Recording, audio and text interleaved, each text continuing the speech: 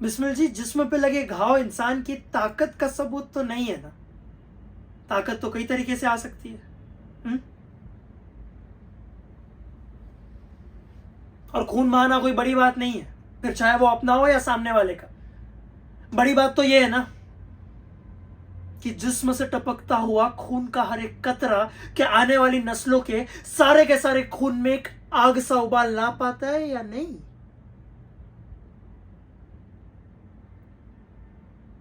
जनाब, इंसानी जिंदगी बहुत कीमती चीज है,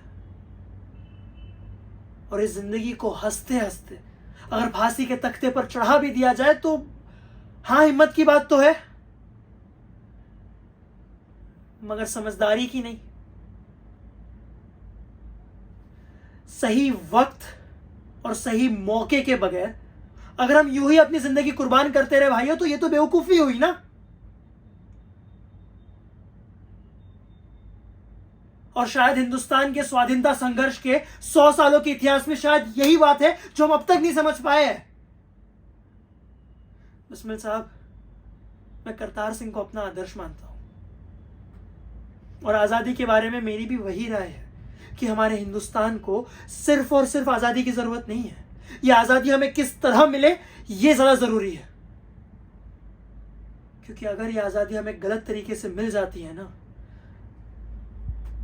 तो यह बात कहने में मुझे कोई हिचक नहीं कि आज से 70 सालों बाद भी हमारे देश की हालत ऐसी ही रहेगी। आजादी हमारी होगी पर देश हमारा नहीं होगा। अरे गोरे चले जाएंगे, बुरे छोड़ जाएंगे, कालाबाजारी का साम्राज्य होगा और घूसखोरी सर चढ़कर नाचेगी।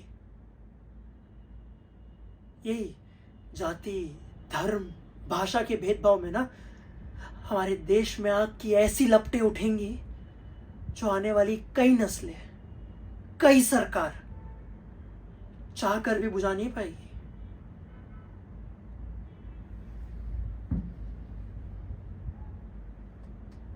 और एचआरए में भर्ती होने के लिए आपने जो मुझसे सवाल पूछा था, बिस्मिल जनाब, मेरे पास कहने के लिए बस यही एक बात है,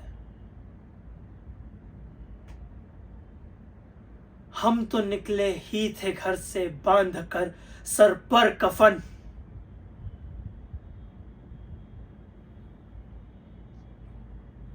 जान हथेली पर लिए लो चल पड़े हैं फिर कदम।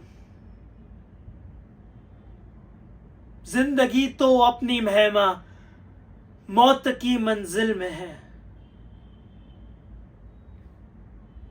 सरफरोशी की तमन्ना अब हमारे दिल में है।